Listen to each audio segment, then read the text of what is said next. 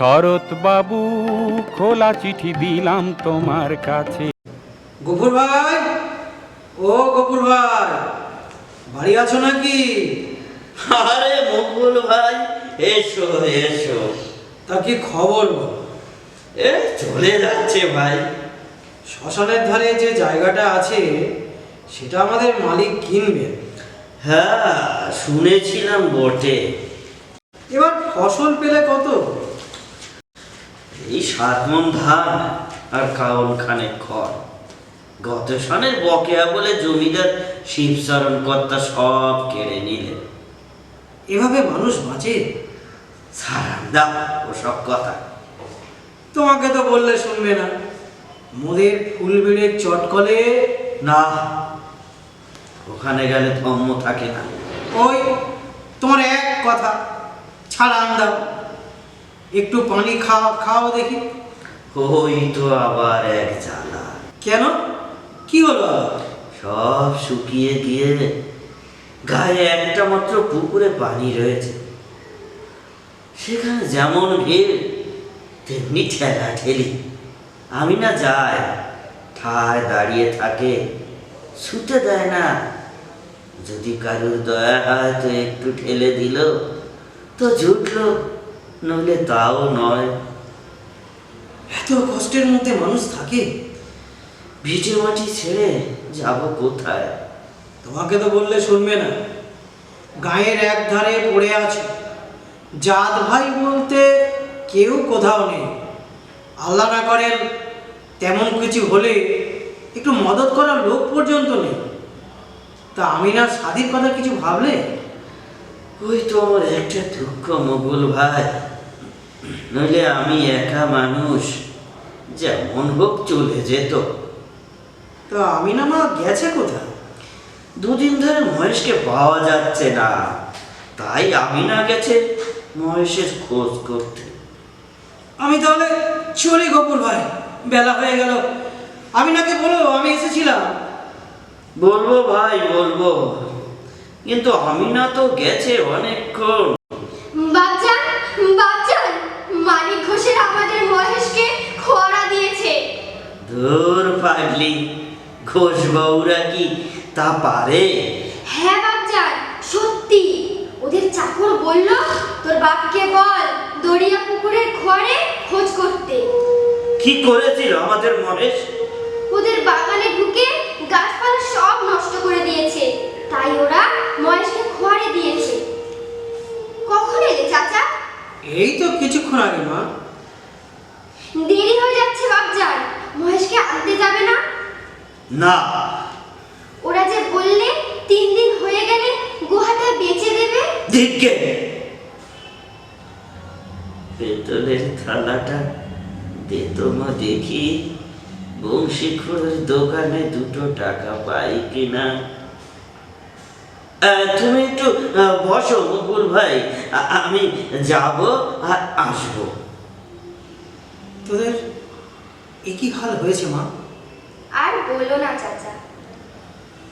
তোর মতো মেয়ে এই বয়সে কোথায় স্কুলে পড়বি, খেলাধুলা করবি, তা না করে ঘরে বসে বিছেল ঠেলছিস। তোকে দেখলে বড় দুঃখ হয় রে মা। চাচি, আয়েশা সব ভালো আছে? হ্যাঁ, সব ভালো আছে। আয়েশা স্কুলে পড়ে? হ্যাঁ, খুব আশ্চর্য হয়ে গেছিস। কেউ কিছু বলে না? কেন বলবে রে, ওখানে মেয়েদের আলাদা স্কুল আছে। সব মেয়ে স্কুলে পড়ে? হ্যাঁ, তুই গেলেও পড়তে পারবি। দূর, বাপজান যেতে রাজিই হবে না। তোর বাপজানকে নিয়ে হয়েছে যত বিপদ। কেন যে বাপজান রাজি হয় না বুঝি না। সেদিন কি হলো জানো চাচা? মহেশকে খেতে দেওয়ার জন্য বাপজান উপোস দিল, বললে জ্বর। কম দুঃখে গা ছেড়েছিলে মা। তোর বাপজানকে বুঝিয়ে বল, মোদের দরজা তোদের জন্য সব সময় খোলা আছে রে মা। চাচা, আয়েশাকে নিয়ে এসো না একদিন, কতদিন দেখিনি। আনবো রে মা, নিশ্চয়ই আনবো। আমার আবার দেরি হয়ে যাচ্ছে। গফুর ভাইকে বলিস আমি চললাম। আবার এসো চাচা, খোদা হাফেজ। এই বৈষ্ণব ধর্মে আছে, বৈষ্ণব ধর্মে কি আমাদের হিন্দু শাস্ত্রেই বলেছে সার মহাদেবের বাহন। আর তাতে কিনা তুই বেচতে যাচ্ছিলি এক চামার ফলের কাছে। আমার আমার দুর্মতি হয়েছিল বাবা ঠাকুর। তোর যদি এতটুকু ধর্মবুদ্ধি থাকতো, অবশ্য ম্লেচ্ছদের আবার ধর্মবুদ্ধি থাকে নাকি? এই জন্যেই শাস্ত্রে বলেছে ওদের ছায়া মারাও পাপ। যাই হোক, জমিদার শিবচরণ মহাশয় দেবতুল্য মানুষ, নইলে এসব লেচ্ছা জাতিকে গায়ের ত্রিসীমানায় থাকতে দিতেন। কর্তামশাইয়ের দয়া শরীর, তাই এদের দয়া দেখা। ছি ছি ছি ছি ছি, শেষকালে কিনা গরু বিক্রি, কালে কালে আর কত কি ভাই হবে। এই কর্তামশাই তোদের দয়া রাখেন বলেই তো বেটারা সব পেয়ে বসেছিস। সে কথা আমি জানি বাবা ঠাকুর। ওই কর্তামশাই কত ভালো মানুষ, তার কাছারিতে গিয়ে নাকি খত দিয়ে আসতে হয়েছে। দেশে যেন অকাল লেগেছে। সকাল থেকে ঘুরে ঘুরে একটা কাজ জুটলো না। এবার থেকে বাপ বেটিতে না খেয়ে পরে মরতে হবে। সবই তোমার ইচ্ছে আল্লাহ, সবই তোমার ইচ্ছে। আমিনা, আমিনা, ভাত হয়েছে রে মা? না বাপজান, ভাত হয়নি। কি বললি? হয়নি? কেন হয়নি শুনি? চাল নেই বাপজান। চাল নেই তো আমাকে সকালে বলিসনি কেন? তোমাকে যে রাত্রিরে বলেছিল। রাত্রিরে যে বলেছিলুম, রাত্রে বললে কারো মনে থাকে? চাল কি করে থাকবে? কি করে? রোগা রোগা বাপ খাক আর না খাক, বুড়ো ধাড়ি মেয়ে দিনে 4-5 বার করে ভাত গিলবি। এবার থেকে তাহলে আমি কুলুপ বন্ধ করে দেব। দে দে, 1 ঘটি পানি দে। তেষ্টায় ছাতিটা ফেটে গেল। বল, তাও নেই? নেই বাপজান, কাল কেউ একটুও পানি দিল না। মুখ পোড়া হারামজাদি মেয়ে, সারাদিন তুই কি করিসটা কি? এত লোকে মরে, তুই মরিস না? বাপজান, কত পেয়াদা পাঠিয়েছিল। কেন?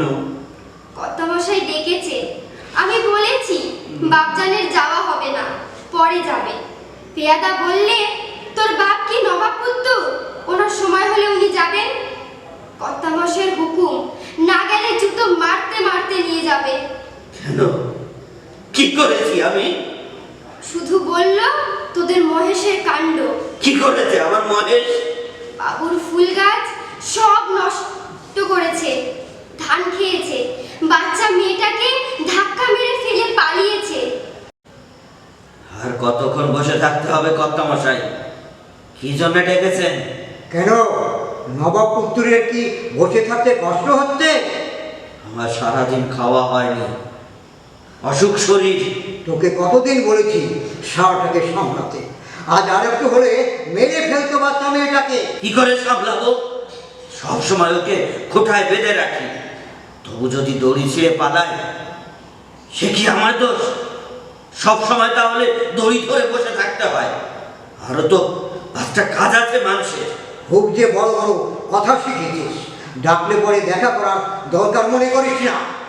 আপনার কথা মতো চলতে গেলে সব সময় সদরে পড়ে থাকতে হয়। তাই ভাববি না? সে আমি পারবো না।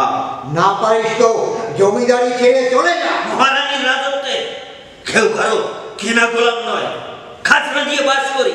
তোমার কথায় যাবো না কি? এত বড় কথা এই জব করে খাই, তোর পিঠের চামড়া আমি গুটিয়ে দেবো রে খাইতা।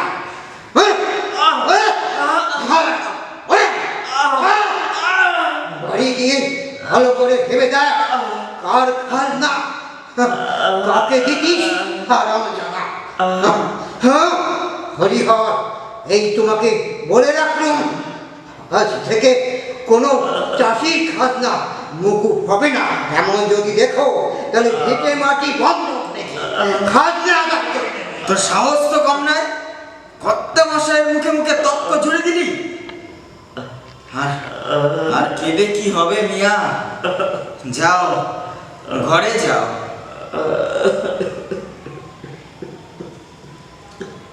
হারামজাদা, হারামজাদা গরু, তুই যত মস্তের করা, আজ তোকে শেষ করে দেবো।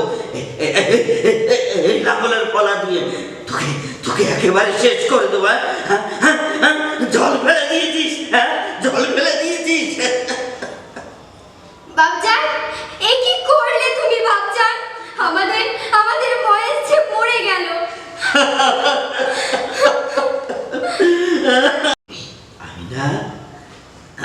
আমিনা, ওঠ মা, ওঠ। কি হয়েছে বাপজান? এই গভীর রাতের অন্ধকারে চল মা, আমরা যাই। কোথায় বাপজান? ফুলবেড়ের চটকলে। বাপজান, দেরি করিস না মা, চল, অনেকটা পথ হাঁটতে হবে। দাঁড়া বাপজান, বাসনগুলো গুছিয়ে নি। ওসব থাক মা, ওতে আমার মহেশের প্রাচিত্তি হবে। চল মা, আল্লাহ আমাকে যত খুশি সাজা দিও, কিন্তু মহেশ আমার দেশটা নিয়ে মরেছে। ওকে চড়ে খাওয়ার এতটুকু জমি কেউ রাখেনি। আল্লাহ, তোমার দেওয়া মাঠের ঘাস, তোমার দেওয়া তেষ্টার পানি যারা তোমাকে খেতে দেয়নি, তাদের পশুর কখনই মাফ করো না আল্লাহ, পশুর কখনো মাফ করো না। ওর আমিনা, তুমি জানো না শরৎ বাবু এ চিঠি পাবে কি না জানি না, আমি এ চিঠি পাবে কি না জানি না।